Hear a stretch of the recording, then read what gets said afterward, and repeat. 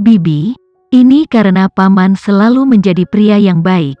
Ini adalah karma baiknya yang membantunya. Kinan menghiburnya. Nyonya Presiden mengangguk. Ya, dia adalah pria yang baik dan presiden yang baik. Tetapi dalam hal ini, mengapa dokter itu menyakitinya dengan begitu kejam? Semua orang bingung dengan ini. Vano bertanya dengan muram, siapa dokter itu? Lucky menjawab, hanya seorang dokter biasa. Dia adalah dokter yang baik dan selalu baik kepada staf dan pasien.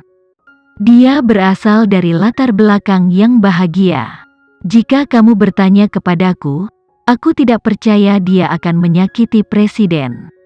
Beberapa alasan, aku merasa ada beberapa masalah di sini yang telah kita abaikan. Apa masalahnya? Mereka semua bertanya serempak.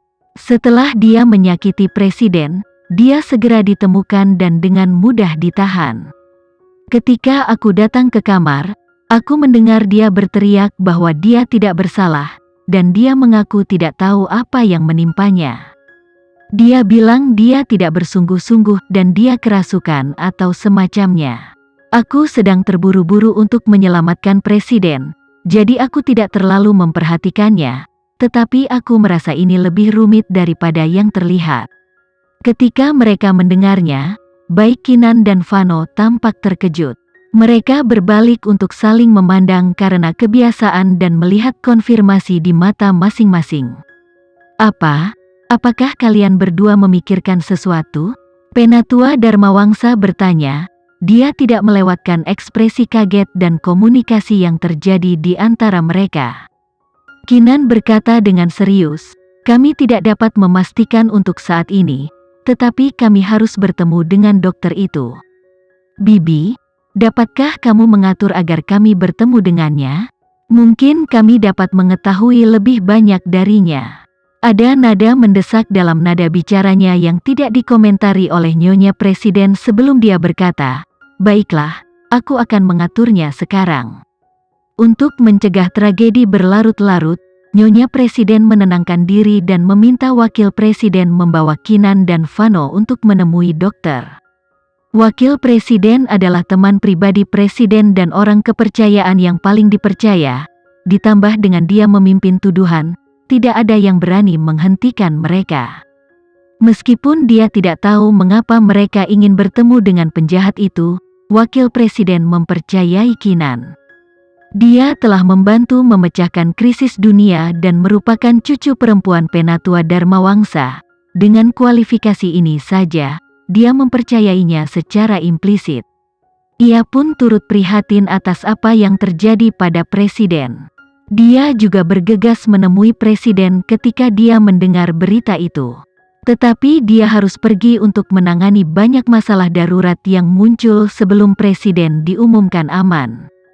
Dengan perintah Nyonya Presiden, dia kembali untuk secara pribadi mengawal Kinan dan Vano untuk menemui penjahat itu. Menyerang presiden adalah kejahatan besar. Dokter itu ditahan dan dijaga oleh banyak tentara. Sepanjang jalan, Kinan bertanya kepada Wakil Presiden mengapa Herman bertanggung jawab atas keamanan. Wakil Presiden merasakan keingintahuan tentang keluarga Gustama, jadi dia menjelaskan dengan berbisik, Herman mencapai usia pensiunnya dan pejabat normal tidak akan berani melibatkan diri dalam situasi seperti itu.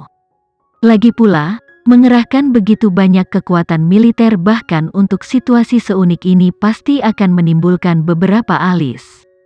Namun, Herman adalah pemain berpengaruh dan tiba di tempat kejadian terlebih dahulu, jadi dia secara alami mengambil alih.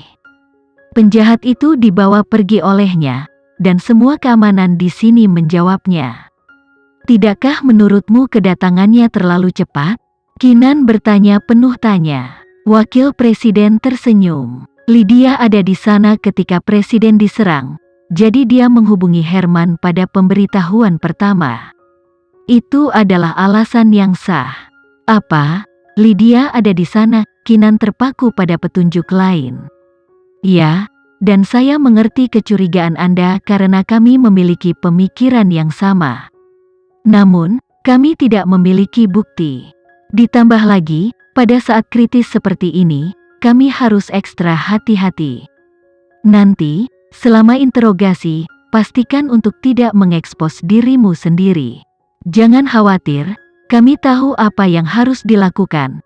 Kinan mengangguk dan tersenyum membenarkan kesetiaan wakil presiden.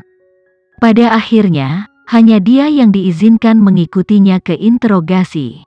Vano adalah seorang pengusaha dan bukan pejabat pemerintah, jadi dia harus tinggal di luar. Dia menunggu mereka saat Kinan mengikuti wakil presiden ke kantor polisi yang dijaga ketat sendirian. Seperti yang mereka duga, anak buah Herman memblokir mereka. Namun, ini adalah wakil presiden, dan dia mendapat perintah langsung dari Nyonya Presiden. Bahkan kantor polisi tidak berani menahan mereka terlalu lama dan tidak bisa berbuat apa-apa selain membiarkan mereka lewat.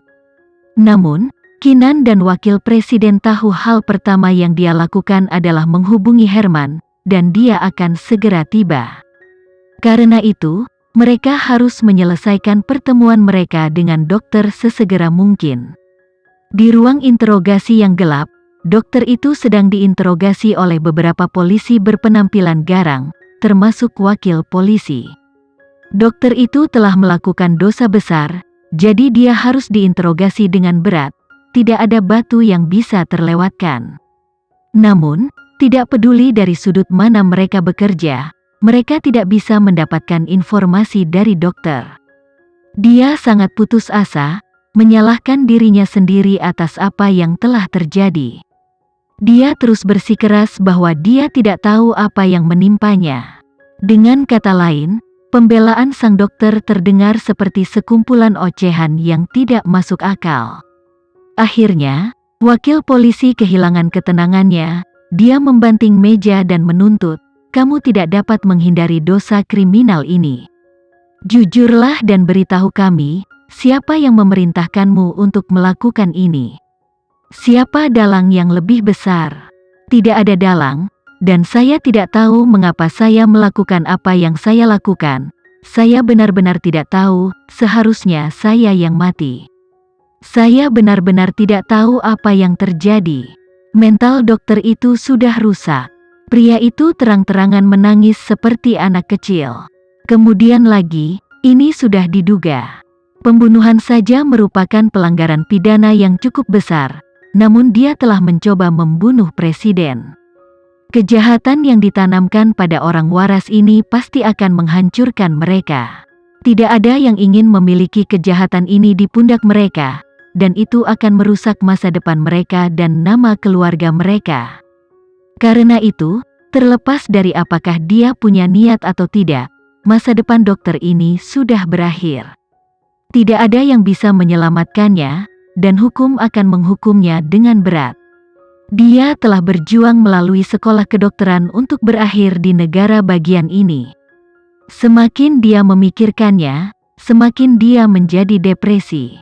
Pikiran untuk bunuh diri muncul di benaknya. Pada saat itu, wakil presiden tiba. "Istirahatlah, kami memiliki beberapa pertanyaan yang ingin kami tanyakan padanya sendiri," kata Wapres kepada polisi di ruangan itu dengan lembut. "Baik Pak, tentu saja." Polisi tidak akan berani menolak perintahnya dan langsung pergi. Dokter itu seolah melihat secercah harapan saat melihat wakil presiden. Dia berlutut di hadapan wakil presiden dan memohon dengan putus asa, "Wakil presiden, saya benar-benar tidak bermaksud demikian. Anda harus percaya kepada saya. Saya benar-benar tidak bermaksud untuk menyakiti presiden. Di mana saya akan menemukan keberanian untuk melakukan hal seperti itu? Saya tidak tahu apa yang merasuki saya, tetapi Anda harus percaya kepada saya.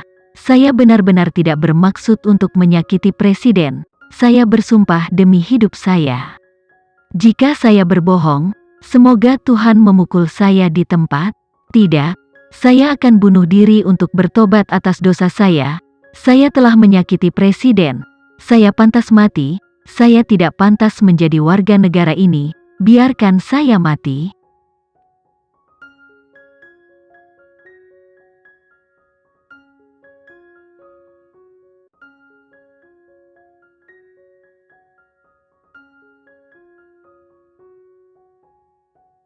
Sekian dulu ya video kali ini, kita lanjutkan lagi videonya di lain waktu. Oh iya, bagaimana menurut kalian? Semoga bisa sedikit menghibur kalian semua. Untuk teman-teman yang baru nonton, jangan lupa subscribe ya, hehehe. Dan kalau teman-teman ada yang ingin gabung langganan, bisa langsung gabung saja untuk dapat fitur yang menarik dan sedikit membantu Mimin. Terima kasih banyak sudah menonton, sampai jumpa lagi, bye.